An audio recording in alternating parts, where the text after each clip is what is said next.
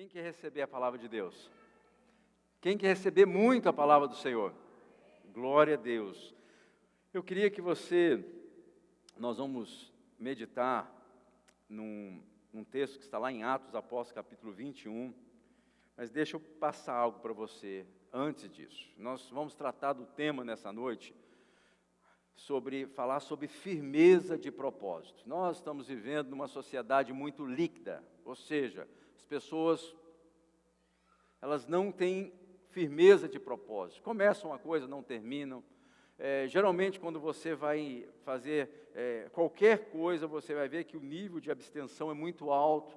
Por que isso? Porque as pessoas começam, mas não têm perseverança para continuar no propósito até o final. Elas muitas vezes desistem no meio do caminho, e é o assunto que eu creio que é importante. Por quê? Porque nós estamos vivendo um tempo importante, não somente aqui, mas também na nossa nação.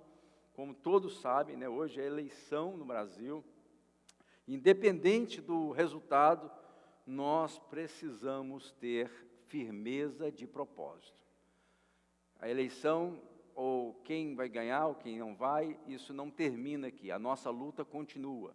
Nós devemos perseverar e saber verdadeiramente naquilo que nós cremos, e depois que nós entendemos isso, naquilo que cremos, nós devemos continuar no propósito, porque isso é agradável ao Senhor. A palavra do Senhor diz o seguinte: não havendo profecia, o povo se corrompe. Ou seja, não havendo visão, o povo se corrompe. Também diz a palavra do Senhor o seguinte: quando se multiplicam os justos, o povo se alegra. Quando, porém, domina o perverso, o povo geme. Está lá em Provérbios, capítulo 29, 2. Por que eu estou deixando isso? Porque, independente do que vai acontecer hoje, ou já está acontecendo, nós precisamos nos posicionar como homens e mulheres de Deus, que conhecem o Senhor, e porque conhecem o Senhor, dão passos de fé, caminhando, independente das circunstâncias, independente do que possa vir acontecer na nossa nação. Então, eu queria explicar, antes de eu ler o texto, o que estava acontecendo aqui no contexto de Atos, capítulo 21, do 10 ao 14. Queria que você fechasse os teus olhos, eu quero orar nesse momento. Pai amado, eu peço que o Senhor possa nos abençoar na leitura, no tempo que nós vamos estar aqui, que a nossa mente, nosso coração esteja no Senhor. Senhor, nós precisamos crescer nesse quesito, firmeza de propósitos. Então eu oro ao Senhor que o Senhor nos ajude. Nós não queremos começar algo e deixar no meio do caminho. Nós não queremos desistir da verdade, nós não queremos, Senhor, sair antes que seja tudo, Senhor, cumprido, feito, segundo a Tua vontade. Por isso eu te peço, ministra aos nossos corações e nos ensina esse princípio que é tão elementar, tão importante na nossa caminhada de fé. Nós oramos, Senhor, em nome do Senhor Jesus. Amém. Deixa eu explicar o que estava acontecendo aqui. Paulo estava na Ásia, ele estava num lugar chamado Mileto, 55 quilômetros de Éfeso, e ele chama a liderança daquele lugar. Por quê? Porque ele estava com pressa, ele queria chegar em Jerusalém antes de Pentecostes, e ele chama os líderes para estar ali com ele, e ele, quando faz isso, ele começa a dar várias instruções a esses homens ali, sobre aquilo que haveria de acontecer. E ele fala algo muito interessante, ele fala assim: eu asseguro a vocês que o Espírito Santo tem falado comigo, o que me espera nessa caminhada minha é cadeias e tribulações. E ele fala algo, além disso, ele fala o seguinte: eu asseguro também a vocês que esses que estão aqui não verão mais o meu rosto. E quando Paulo fala isso, o povo chora, o povo sentiu muito essa palavra. Eles amavam Paulo, ele esteve ali em Éfeso por 3 anos, ele edificou aquela igreja, e aí ele vai para outra cidade chamada Tiro, e ali a mesma coisa, os discípulos, e ele explica para eles que ele estava indo para Jerusalém, e ali eles também choram, e eles tentam persuadir a Paulo a não ir. Os discípulos falam: não vai, já que você sabe que está esperando para você é cadeias e tribulação, não vá, não faça isso. Mas Paulo, ele tinha firmeza de propósito, ele sabia o que ele queria, ele continua. Agora chega em Cesareia, Cesareia Marítima, e na casa de Filipe, que era um dos 7 dos diáconos iniciais, a Bíblia diz que ele tinha 4 filhas, é o texto aí, né, e que profetizavam. E aí, no versículo 10, começa o nosso texto dizendo assim: demorando-nos ali alguns dias, desceu da Judéia um profeta chamado Ágabo, e vindo ter conosco, tomando o cinto de Paulo, ligando com ele os próprios pés e mãos, declarou: isso diz o Espírito Santo, assim os judeus em Jerusalém farão ao dono deste cinto e o entregarão nas mãos dos gentios. 12. Quando ouvimos essas palavras, tanto nós, está falando daqueles discípulos que estavam com Paulo já inicialmente, como os daquele lugar, rogamos a Paulo que não subisse a Jerusalém. Então, ele respondeu: que fazeis chorando e quebrantando-me o coração? Pois estou pronto não só para ser preso, mas até para morrer em Jerusalém pelo nome do Senhor Jesus. Como, porém, não o persuadimos, conformados, dissemos: faça-se a vontade do Senhor. Então, veja bem o que estava acontecendo.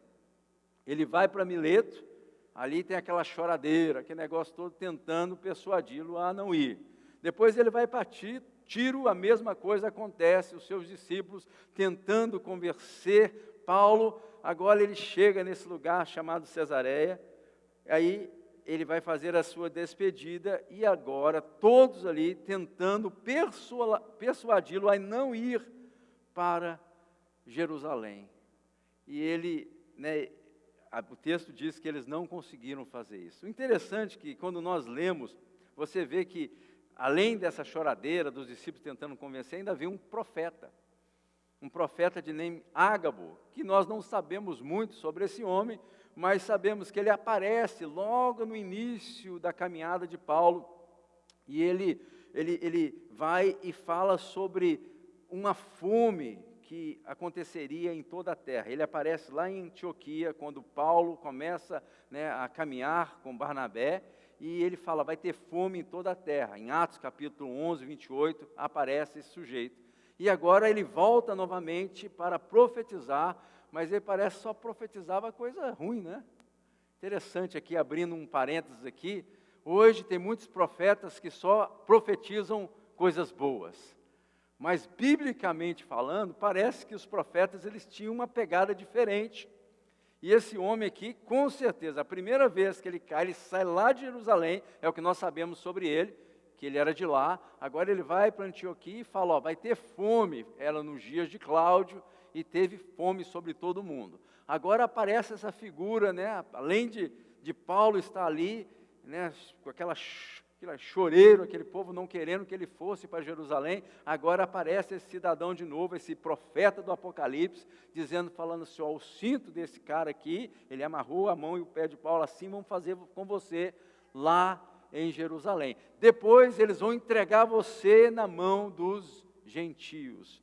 Eu fico pensando, se fosse um de nós, com tanta resistência, qual seria a nossa atitude? Qual seria o nosso posicionamento? Mas nós sabemos qual foi o posicionamento de Paulo. Paulo, ele não se deteve a tudo isso, e Paulo continua a jornada dele e fala: eu estou pronto, não somente para ser preso, mas se for o caso, até aí a morte, mas eu não deixo de fazer o que eu tenho que fazer. Então nós vemos claramente aqui uma firmeza de propósito muito forte em Paulo. Um homem que estava convicto daquilo que ele tinha que fazer. E eu gostaria que a gente pudesse pensar um pouco de onde vem essa convicção, de onde vem essa firmeza, como Paulo se estabeleceu um homem tão fixo naquilo que deveria ser feito, mesmo com tantas situações que foram apresentadas para que ele desistisse. Ele poderia falar assim: não, pelo que eu estou vendo aqui, né? Não era para mim ir, porque até um profeta vem lá de Jerusalém e me avisa o que vai acontecer. Pelo contrário, aquilo foi uma forma de fortalecer aquilo que Paulo tinha para fazer. E pensando, da onde que vem essa força, da onde vem essa convicção, da onde que vem essa firmeza, a gente pode voltar no começo da vida desse homem, quando ele indo para Damasco, a Bíblia diz que ele ia buscar homens e mulheres do caminho, assim chamavam os cristãos, para poder levá-los presos para Jerusalém, e teve um encontro com Jesus. E nesse encontro com Jesus, o Senhor parou Paulo. O Senhor não permitiu que Paulo fizesse isso, mas ao mesmo tempo, o Senhor Jesus vem comissionar Paulo, para que agora Paulo pudesse, né, servir o Senhor. E ele enviou para testificar o que ele diz aos gentios, aos reis, aos pequenos e aos grandes. E ele fala mais, ele dá um aviso a Paulo. Ele fala assim: dura coisa é recalcitrares contra os aguilhões. O que é isso, essa palavra difícil? É você, né, os animais, eles tinham seus fincos, e ali eles não poderiam, se eles tentassem se mover para um lado e para o outro, eles iam se machucar. Foi essa palavra que o Senhor fala com Paulo. E Paulo, depois que ele teve esse encontro com Deus, depois que ele vê Jesus, que ele fica cego, agora ele começa a entrar no propósito de Deus, e ele se manteve firme. Dificuldades, Paulo foi apedrejado, Paulo foi humilhado, Paulo passou fome, Paulo teve tantas situações, ele foi preso, ele foi apedrejado, não somente uma vez, ele ficou na voragem do mar, e ele dá um relato da história dele, de dificuldades para servir ao Senhor, mas a gente vê que ele sempre foi perseverante, ele sempre foi firme no propósito. Aí a gente pergunta, será que Paulo era masoquista? Será que Paulo gostava de sofrer? Claro que não, mas ele tinha ouvido uma palavra. Paulo ouviu uma palavra de Deus. E essa firmeza de propósito, ela começa quando nós ouvimos uma palavra de Deus. Eu ouvi uma palavra de Deus. O dia que eu ouvi essa palavra, minha vida mudou. E a gente tem visto pessoas que querem ter uma vida religiosa, e elas, às vezes, ainda não conseguiram ouvir uma palavra que vem da boca de Deus. O dia que nós ouvimos uma palavra que vem da boca de Deus, a nossa vida nunca mais vai ser a mesma. O nosso destino, ele muda. A nossa história, ela se divide antes de Cristo e depois de Cristo. Tudo isso vem quando nós recebemos no nosso espírito, não somente nos nossos ouvidos, mas no nosso espírito, uma palavra de Deus. E nós servimos um Deus que tem boca e fala. Servimos um Deus que Ele está interessado que você ouça a voz dEle. Então Paulo vem e ouve a voz de Deus, e aí a vida dele toma outro rumo. E o que ele diz, ele fala o seguinte, ele dá o testemunho nos capítulos, depois, lá no capítulo 26, 19, ele dá um testemunho ao rei Agripa. Ele fala uma coisa muito interessante, que dá para a gente entender um pouco do caráter e dá para a gente entender um pouco do posicionamento de Paulo e essa firmeza, essa convicção que ele tinha para fazer as coisas. Ele fala assim: eu fui obediente à visão celestial. Ele foi obediente, ele explica e resume a sua firmeza de conduta justamente nisso, em ser obediente a uma visão espiritual que ele recebeu, celestial que ele recebeu da parte do Senhor. Então, a convicção de Paulo era algo inabalável. Não é que ele era mais forte do que os outros, mas ele teve um encontro com Deus. Ele recebeu da parte do Senhor. Ele não era movido por dúvida, ele era movido por certeza. Ele era movido por convicção. E mais que eles tentassem persuadi-lo a desistir. Por quê? Porque se você sabe que alguém que você ama vai para um lugar e vai sofrer como sofreu, quando ele chegou em Jerusalém, ele foi se consagrar ao Senhor, e ele ali estava 7 dias de jejum. Quando eles descobriram que ele estava no templo, eles pegam Paulo e batem tanto nele, que ele não tinha nem força para falar.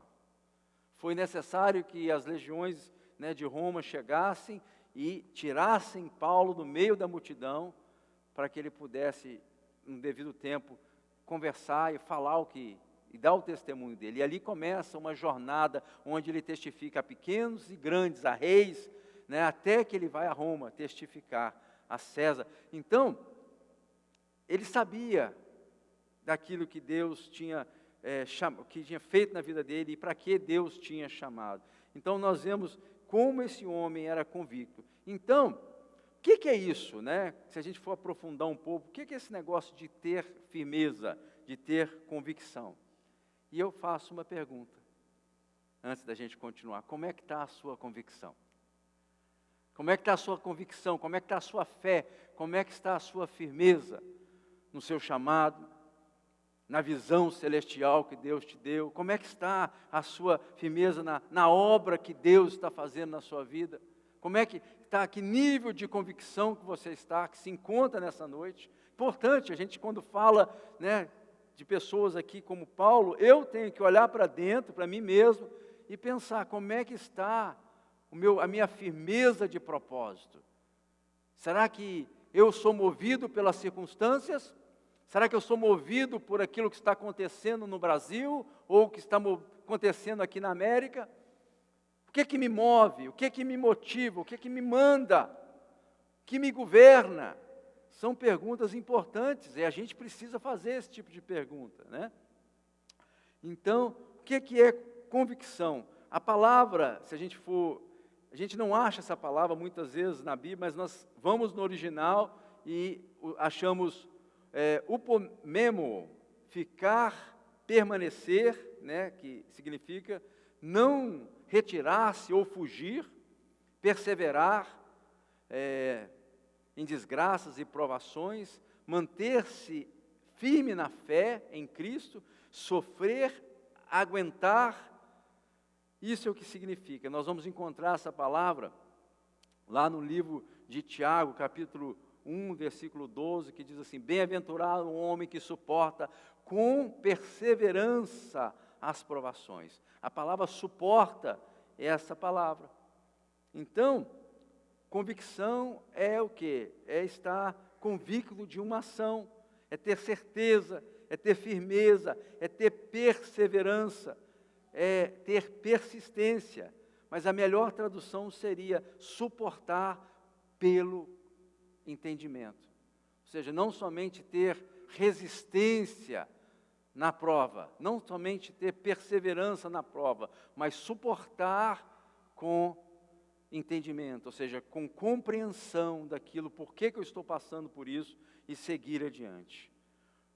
Então, e qual o contrário de convicção? Qual o contrário de firmeza? É indecisão, é dúvida, é incerteza, é flexibilização, é concessões.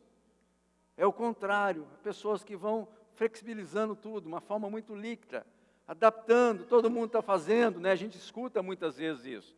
Mas todo mundo faz, pastor.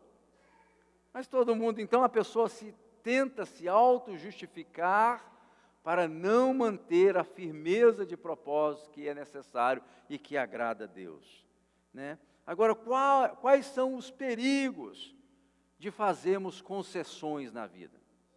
Quais são os perigos? Primeira coisa, os valores do reino de Deus, eles não são negociáveis.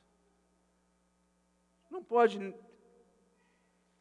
fazer concessões com os valores do reino de Deus. A gente não pode ser flexíveis com aquilo que Deus falou que é. Claramente, nós entendemos. Então, nós não podemos relativizar aquilo que Deus não relativizou. Nós não podemos colocar como se fosse algo, uma questão de opinião humana. Não, aquilo é princípio de Deus, são valores do reino de Deus, e eu devo tratar dessa forma. Nossa geração número 2, é extremamente líquida, como eu disse. Ou seja, adaptável. O líquido é isso. Se você colocar o líquido num pote, ali ele vai adaptar. Se você colocar ele com outra forma, numa xícara, ele vai adaptar a xícara. E assim sucessivamente. As pessoas são adaptáveis. Vão se adaptando. E para que se adaptem, elas começam a relativizar aquilo que Deus já falou. Isso é muito perigoso. Aqueles que não conhecem a Deus, eles não conhecem a Deus, mas nós chegamos ao ponto de recebermos da parte do Senhor revelação do Evangelho. Nós conhecemos sim os princípios elementares da palavra de Deus. Agora nós não podemos negociar, nós não podemos flexibilizar, nós não podemos tratar aquilo que Deus colocou para nós de qualquer jeito. Então, esse é um dos perigos. E a sociedade líquida, ela muitas vezes quer que também sejamos dessa forma. Ela quer que nós também venhamos a adaptar esse estilo de vida. E isso é contrário ao Senhor. Outra coisa, sempre vamos fugir daquilo que é difícil. Paulo poderia fugir do que era difícil, porque, como eu disse, ele não era um masoquista, ele não queria sofrer. Jesus, quando vai à cruz do Calvário, ele sabia o que estava acontecendo, até o ponto dele ir a Getsemane e orar a Deus, Pai, e dizer, se for possível, passa de mim esse cálice, mas que seja feita a tua e não a minha vontade. Ele se submete à vontade do Pai, mas ele sabia que seria difícil. Então, o que acontece muitas vezes com a gente, que nós fazemos o possível, quando nos deparamos com algo que vai trazer alguma forma de sofrimento, mesmo que nós tenhamos a convicção que aquilo é propósito de Deus, nós começamos a relativizar e evitamos todo tipo de sofrimento da nossa vida. Nós não queremos nada que vai causar desconforto, nós não queremos nada que vai exigir um pouco da nossa vida. E começamos pela vinda aos cultos. Às vezes tratamos as vindas aos cultos como se fosse algo muito nobre. Gente, vir ao culto a Deus é uma obrigação de todo aquele que crê. Nós devemos cultuar a Deus, porque nós já entendemos isso. Nós não estamos fazendo favor para Deus. Ele é Deus. Se você cultuar Ele, se você não cultuar dele, Ele continua sendo Deus. Nós que recebemos de Deus graça e favor, quando nós nos aproximamos dEle. A palavra de Deus, chega e nos alimenta, mas a primeira coisa que nós devemos fazer na nossa caminhada de fé é saber que nós temos que adorar a Deus, nós somos criados para isso. E se a gente não quiser fazer isso, com certeza quem sofre as consequências somos nós. Então, vir ao culto, fazer parte, aprender a palavra de Deus, sermos parte de uma comunidade, tudo isso, no final das contas, quem é beneficiado somos nós. Deus, Ele vai continuar sendo Deus, se nós o adorarmos ou não. Ele não tem crise de identidade, Ele é Deus Todo-Poderoso. Então, convém a nós, fica bem a nós adorarmos a Deus. Então, nós devemos parar com esse negócio de tudo que traz desconforto, a gente dá para trás.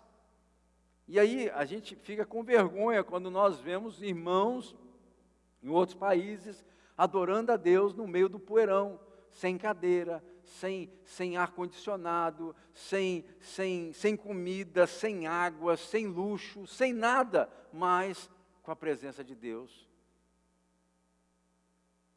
Eu fico pensando que quanto mais nós temos e quanto mais nós recebemos de Deus, mais estragados, vamos dizer assim, mais frouxos nós nos colocamos para adorar a Deus. Quando a gente começou a Betel alguns anos atrás, nós não tínhamos ar-condicionado. Na ar-condicionado nós não tínhamos heat no lugar que nós alugamos. Foi o segundo lugar que nós ia ali, um frio lascado, um frio assim que... Imagina frio, assim, um lugar aberto, mas que não tem nada de ar-condicionado. E aí, as irmãs botavam mais roupa, mas o frio não parava. Por quê? Por frio, quando você está trabalhando, vocês que trabalham fora, é uma coisa, você está trabalhando, você está se movimentando, você põe luvas e daqui a pouco corpo esquenta. Mas você ficar parado, ouvindo uma palavra com frio, é mais difícil. E eu me lembro que tinha uma irmãzinha lá, que a gente colocou, no começo a igreja, né, o lugar até grande, mas nós fizemos, né, a nossa escola bíblica num púlpito, assim, que já, uma plataforma que já estava montada, um frio, e a gente ficava lá ouvindo a palavra, e ali tinha uns buracos tinha uns buracos lá que não estava, a coisa estava mal acabada, estava em construção, fase de construção. E aí vem a irmã e coloca a cadeira, e quando ela senta, a cadeira vai para trás, cai aquela irmã com as pernas para cima, assim, ela vai tentando segurar e vai levando mais. Mas hoje eu me lembro disso, falei assim, glória a Deus, porque a gente vê a disponibilidade, a vontade, a dedicação, né, de querer adorar a Deus, independente das circunstâncias que vão. Hoje a gente tem um lugar confortável, nós temos cadeiras macias, nós temos ar-condicionado, nós temos tantas coisas, mas será que nós temos firmeza de propósito? Será que nós estamos entendendo o que é que Deus está fazendo conosco? Será que nós estamos entendendo que nós somos igreja, que nós somos a representação do Deus vivo aqui nessa cidade? Será que nós estamos com essa consciência? Então isso às vezes me chama a atenção. Então, que possamos aprender com a vida de Paulo, né? E não ficarmos relativizando, flexibilizando tudo em todo momento. E parar com esse negócio de ficar tentando justificar aquilo que é injustificável.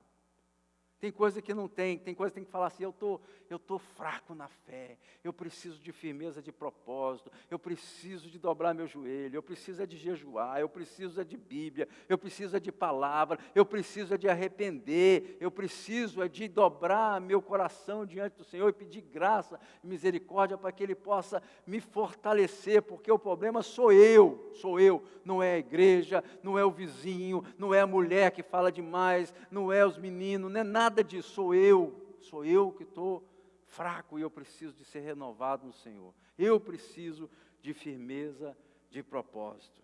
E aí eu pergunto, como podemos, né, crescer nessa firmeza, nessa convicção? Como é que nós vamos fazer isso?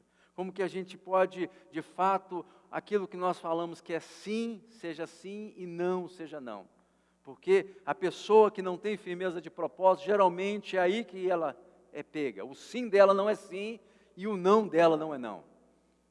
Ela não sabe o que vai acontecer, como relativiza tudo na história, na vida, ela não sabe nem para onde vai, ela não sabe quem ela serve, ela não sabe da sua identidade em Cristo Jesus. Como que a gente pode fazer isso? Como que nós podemos manter a firmeza, mesmo no meio das circunstâncias difíceis, mesmo no meio da luta, mesmo da tribulação, mesmo quando parece que é melhor desistir. Então, nós vamos pensar juntos aqui nessa noite. Primeira coisa, para que isso aconteça na nossa vida, para que nós não sejamos pessoas que começam as coisas e nunca terminam.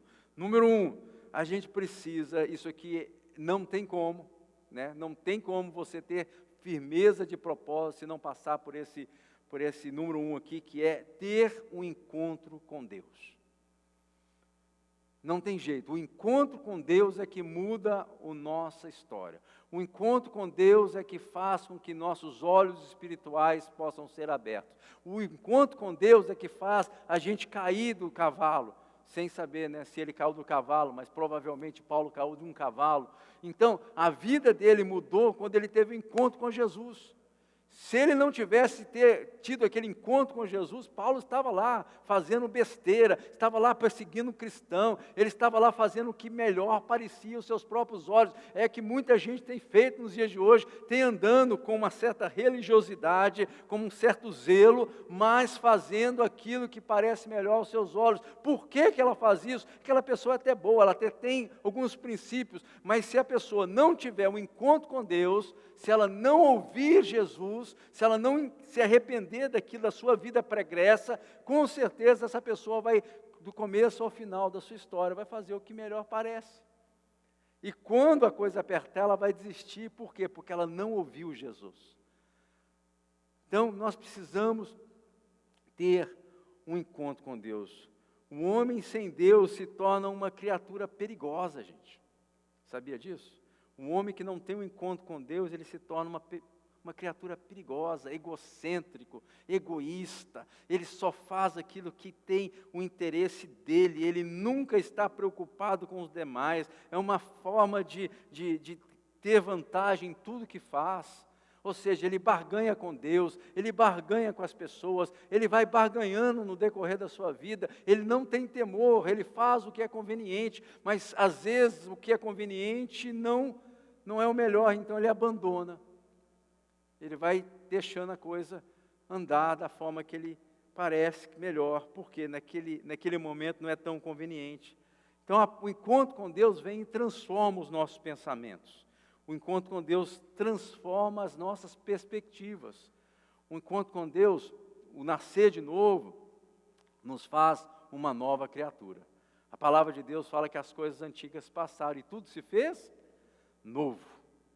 Então, se você talvez nasceu na igreja, ou talvez você tem experiência com a igreja, mas se você não teve um encontro com Deus, eu queria te falar que esse é o primeiro passo para que você seja um homem que tem, ou mulher, que tem firmeza de propósito.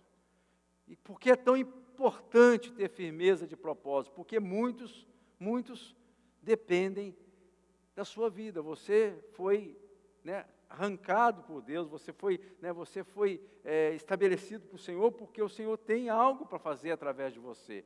Mas é necessário que você, de fato, possa dar ouvido àquilo que Deus está falando com você e tenha um encontro com Deus e, de fato, seja transformado. A transformação vem depois que nós recebemos a palavra da verdade. O encontro com Deus é, talvez, o dia mais importante da nossa vida aqui na Terra. Nada mais é mais importante. Eleição no Brasil não é mais importante, o dia que você casou não é mais importante que isso. O dia que nós encontramos com Deus muda a nossa história, muda a nossa vida. Então, pense nisso, porque eu sei que Deus, com certeza, já falou ao seu coração e tem falado ao seu coração, mas nós também temos que render o nosso coração para aquilo que Deus tem falado. Não é fazer parte de uma congregação, não é ser membro de uma igreja, não é somente fazer parte dos cultos e ser assíduo aos cultos, não. É ter uma vida com Deus, ou seja, ter um encontro com Deus e ouvir, andar, como Paulo fala, eu não fui desobediente à visão celestial. É isso. É você receber esse toque de Deus, esse toque sobrenatural e não ser desobediente a visão que Deus abre. Por quê, pastor? Porque nosso espírito sem Deus está morto. Nosso espírito sem Deus não consegue entender questões espirituais. Nós precisamos de Deus. E isso acontece quando nós, de fato, recebemos o nosso Senhor Jesus como Senhor e Salvador da nossa vida. Esse encontro com Deus muda completamente a nossa história. Segunda coisa, segundo passo para que nós possamos manter a nossa firmeza, nosso de propósito, é entender o propósito da nossa vida. Tem gente que nasce de novo, e nós trabalhamos todo esse mês passado falando sobre a questão da nossa missão aqui na Terra. Gente, todo ser, todo aquele que nasceu de novo, todo aquele que já teve um encontro com Deus, agora o nosso espírito recebe da parte do Senhor, e o Senhor vai comunicando, apesar da nossa alma ainda estar mal educada e precisando de ser restaurada, precisamos ter a restauração da nossa alma, mas o Espírito agora ele está vivificado e agora nós recebemos da parte do Senhor. E uma das coisas que o Senhor nos comunica é aquilo que o Senhor tem, a missão que o Senhor tem para nós aqui nessa terra. O Senhor nos concede dons, o Senhor nos concede habilidades, o Senhor nos concede graça, para que nós possamos ser um povo aperfeiçoados agora em Deus, para cumprir o seu propósito.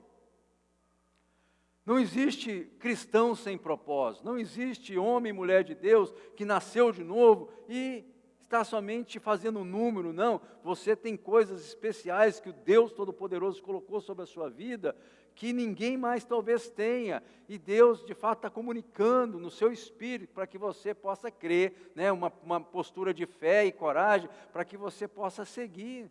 naquilo que Deus está falando com você. Então, nós precisamos entender o propósito da nossa vida. Sem o propósito da nossa, sem entendermos o propósito para que existimos, nós vamos levantar bandeiras.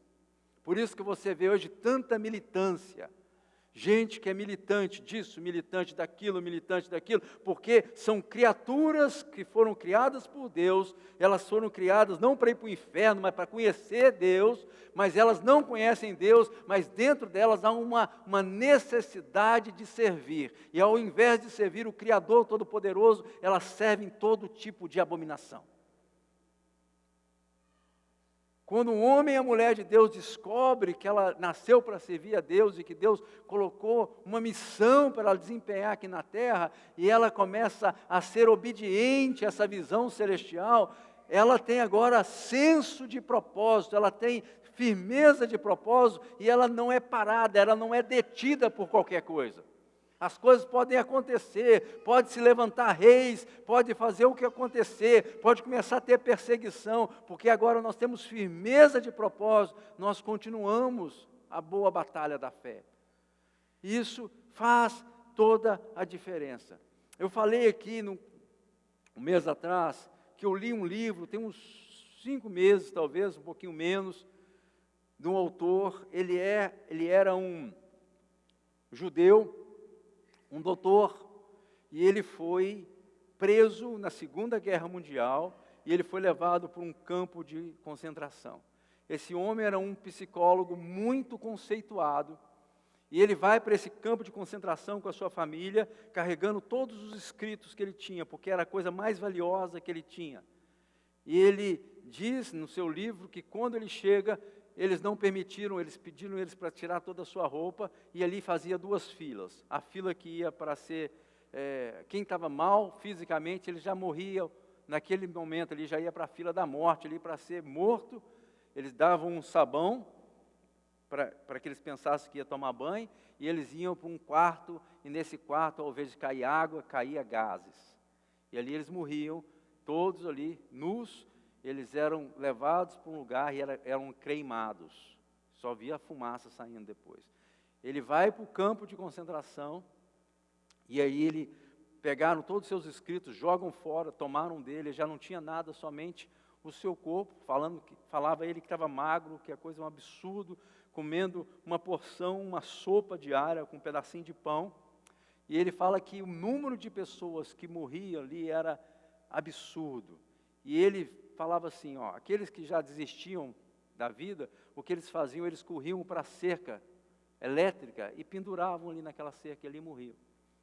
E ele começou a observar que únicas pessoas que sobreviviam, aquelas pessoas que tinham um motivo para sair dali, uma missão que talvez tinha que ser concluída.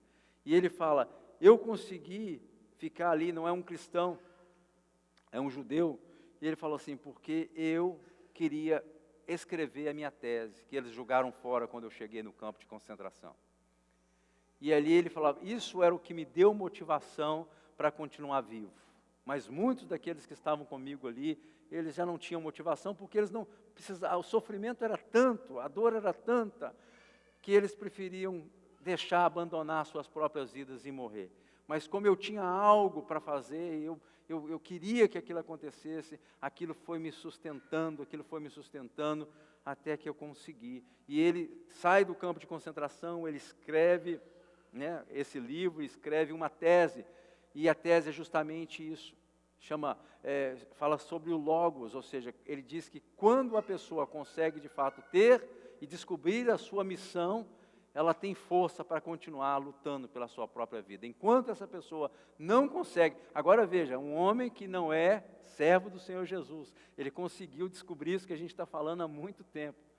E ele tem essa tese, famosa e conhecida, que ele fala que as pessoas precisam descobrir o motivo da sua existência, the meaning of existence. Ou seja, quando essa pessoa descobre isso, ela tem força para continuar, e ela tem isso que nós chamamos, estamos estudando aqui, que é firmeza de propósito. E Paulo, claramente, ele se mostra isso. Ele tinha uma convicção, ele tinha uma visão, ele tinha essa visão celestial que foi entregue pela parte do Senhor Jesus, e ele não abria mão disso. Poderia acontecer o que deveria, poderia vir profeta ali, só os profetas confirmaram aquilo que ia acontecer com ele, mas não quer dizer que ele ia abandonar aquilo que Jesus já tinha falado com ele. Então, uma vez que nós encontramos a Jesus, depois que nós descobrimos o nosso propósito da nossa vida, o que nós temos que fazer, o terceiro passo, é a gente não pode parar e desistir. Eu não posso parar daquilo que eu já entendi, você não pode parar. Se você chegou até aqui, se você está servindo a Deus, se você nasceu de novo, você entendeu que Deus colocou sobre você dons, um chamado, um propósito, você não pode abrir mão disso e desistir por causa de qualquer motivo. Não tem justificação. A palavra do Senhor é bem clara que aquele que coloca a mão no arado, aquele que olha para trás, ele não é apto para fazer isso. Ele não pode fazer isso. A gente não pode começar com Deus, caminhar com Deus e desistir do processo, do caminho, por causa da situação, por causa do ânimo, por causa do trabalho, por causa que eu tenho que lavar roupa, por causa que a minha família me atrapalha, por causa que eu não tenho incentivo, porque o pastor não conversou comigo, porque eu não passei na ID-Clare, e a gente começa a arrumar um mundo de desculpa para justificar aquilo que não tem justificação.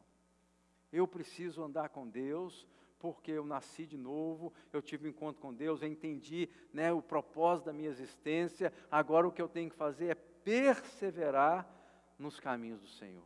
Aí me lembro de Paulo, quando Paulo fala assim, não é o que eu tenha recebido, ou eu já tenha obtido a perfeição, mas uma coisa eu faço, eu prossigo para conquistar aquilo para o qual também eu fui conquistado por Cristo Jesus. Filipenses capítulo 3, versículo 12. Ele vem e fala assim, eu recebi a visão celestial e me alimentei da palavra do Senhor e isso me deu força para continuar. Não estou falando da pessoa ser obstinada, porque tem muita gente que é obstinado, tem muita gente que é abrutalhado, quer fazer teimoso, dá birra, é cheio de opinião humana, é cheio de achismo. Não estou falando isso, estou falando daquela pessoa de fato que ouviu de Deus, que recebeu de Deus, se rendeu à vontade do Senhor, que agora anda nos caminhos do Senhor, independente das circunstâncias que a vida possa apresentar. Eu queria, para a gente terminar, algumas conclusões. Primeiro, as circunstâncias, elas não podem te parar, mas com certeza as circunstâncias elas vão tentar te parar. Não tem como a gente passar pela vida sem que a gente sofra, sem que a gente tenha desafios, sem que a gente seja desafiado. Isso é parte da existência humana. Então as circunstâncias elas vão tentar te parar. Outra coisa, a dificuldade não deve ser o aferidor da sua vida. Não pode. Eu estou com dificuldade, então eu não vou fazer, eu estou com dificuldade, então eu não vou prosseguir. Não pode ser, o aferidor da sua existência, da sua vida. Convicção que vem de Deus não pode ser negociada. Essa firmeza que Deus tem te dado, essa fé, essa convicção que Deus tem colocado no seu coração, você não pode negociar isso é inegociável, isso chama fé. Nós não negociamos com a fé. Por isso que a palavra de Deus fala que fé vem por ouvir e ouvir a palavra de Deus. Mais eu ouço de Deus, mais eu tenho fé. Mais eu me aproximo de Deus, mais eu sou fortalecido. Mais eu me envolvo com a obra de Deus para servir outros, eu sou fortalecido nisso. Agora, se eu me paro à beira do caminho e começo a ser um observador das coisas do reino de Deus, provavelmente de observador eu vou passar a ser um crítico, e um crítico eu vou esfriar na minha crítica, e eu vou começar a olhar o cisco, vou olhar, esquecer que tem uma trave dentro do meu olho. Olhar o cisco no olho do irmão e esquecer que tem uma trave dentro do meu próprio olho. Então, a convicção que vem de Deus, ela não pode ser de maneira alguma negociada. E outra coisa, o aferidor para que eu não venha andar na dureza do meu coração, para que eu não venha andar, né, nas minhas opiniões, nos meus achismos. O aferidor de Deus é a palavra dele. Né? Quando eu tenho convicção que a palavra de Deus testifica com a visão celestial que Deus colocou no meu coração, eu dou passos e eu vou para cima. Eu sei que eu estou completamente dentro da vontade do Senhor, eu não estou fazendo coisas pela minha própria mente, pela minha própria, né, ideia, mas é Deus que está me conduzindo. Então eu sei, tenho certeza que foi o que fez Paulo aqui. O povo não estava entendendo nada, mas como é que você vai para lá, Paulo? Eles vão te prender, você mesmo já sabe que eles vão te entregar na mão dos gentios, mas mesmo assim, porque ele sabia que ele tinha algo, né, da parte do Senhor para entregar, e ele não abria mão disso, né? Então o aferidor é a palavra de Deus e a vontade do Senhor, para que nós possamos andar, né, com essa firmeza de propósito. E para concluir, quais são os seus obstáculos? O que te impede andar com Deus? Uma pergunta que eu deixo nessa noite para que nós juntos possamos responder. Eu queria que você, nesse momento, nós vamos ficar de pé em nome de Jesus. Eu quero orar pela sua vida, porque esse assunto que eu estou tratando é muito sério, gente. Muito sério, porque a palavra do Senhor diz assim, que sem fé é impossível agradar a Deus. Aqueles que se aproximam de Deus têm que crer que Ele é galardoador daqueles que o buscam. Então veja bem, eu não tenho fé, mas a fé vem quando eu me encontro com Deus e Deus derrama sobre mim fé. Agora, se eu não ando nessa caminhada de fé, eu começo a negociar com essa certeza daquilo que Deus já fez em mim, e eu começo a colocar Deus à prova, começo a colocar a igreja à prova, eu começo a dar, né, retroceder naquilo que Deus já fez na minha vida. Isso é muito perigoso. Agora, os obstáculos vão acontecer, vão existir. Quais são os obstáculos que têm te travado para que você não persevere, para que você não continue, para que você, né, nessa firmeza de propósito que é a vontade de Deus? Deus quer que nós sejamos dessa forma. Essa é a vontade de Deus para mim, para você. Ele fala que Ele não quer que o homem seja como, né, as ondas do mar, que um dia vai para um lado, um dia... Um homem constante em todos os seus caminhos. Lá em Tiago fala sobre um homem constante. Não é só um homem não, um homem, né, gênero humano, mulher inconstante também. Um dia quer Deus, outro dia não quer.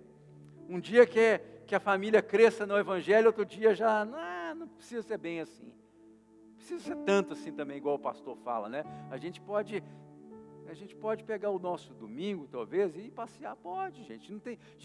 Não é pecado, só que o que acontece é que você tira aquilo que é mais importante na sua história e coloca outras coisas. Isso traz uma confusão para a nossa mente, a nossa alma, ela fica confusa. E a gente começa a se perder a nós mesmos. E o que acontece posteriormente, é que a gente começa a enfraquecer na nossa caminhada de fé. Um enfraquecimento e relativizar as coisas de Deus não custa muito, não custa muito. Por isso que nós precisamos nos avivar no Senhor. Nós precisamos de fato crer de uma forma que não somente crer para mim, eu vou crer para a minha família, eu vou crer para os meus amigos, eu vou crer para a minha igreja, eu vou crer, permitir que eu seja uma brasa viva para que aquelas pessoas, quando se aproximar de mim, elas não venham enfraquecer na fé, elas possam, pelo contrário, agora elas vão crescer na fé. Ela vai querer conversar comigo, que eu sempre vou dar uma palavra de fé, vou sempre estar encorajando, você sempre está fortalecendo essa pessoa a andar com Deus. Se a gente começa a colocar a nossa confiança nas coisas desse mundo, a gente, como Paulo explica lá em Coríntios, lá no final do livro de Coríntios, fala, nós somos seus mais miseráveis dos homens. Por isso que eu quero te falar eu não sei o que está acontecendo no Brasil hoje, nem sei o que vai acontecer, mas uma coisa é certa, a gente não pode colocar a nossa confiança nas autoridades desse mundo, porque passa. Oxalá que nós tenhamos um tempo de paz no Brasil. Como eu li, quando se levanta o corrupto, o povo geme. Então que isso não aconteça no Brasil, mas Nossa confiança não pode estar nas coisas desse mundo, gente. Nossa confiança tem que estar no Senhor. E como a gente viu na história de Paulo, ele não era pautado pelas circunstâncias, nem por conforto, nem por aquilo que estava acontecendo ao redor. Ele estava pautada, a vida dele era pautada pelo propósito e a firmeza de propósito que ele tinha em Deus. É isso que eu queria que você estivesse pensando, não somente nesse momento, mas no decorrer da sua vida. Não permita que as circunstâncias, que as muitas notícias te tirem do propósito de Deus. Queria que você fechasse os teus olhos em nome de Jesus.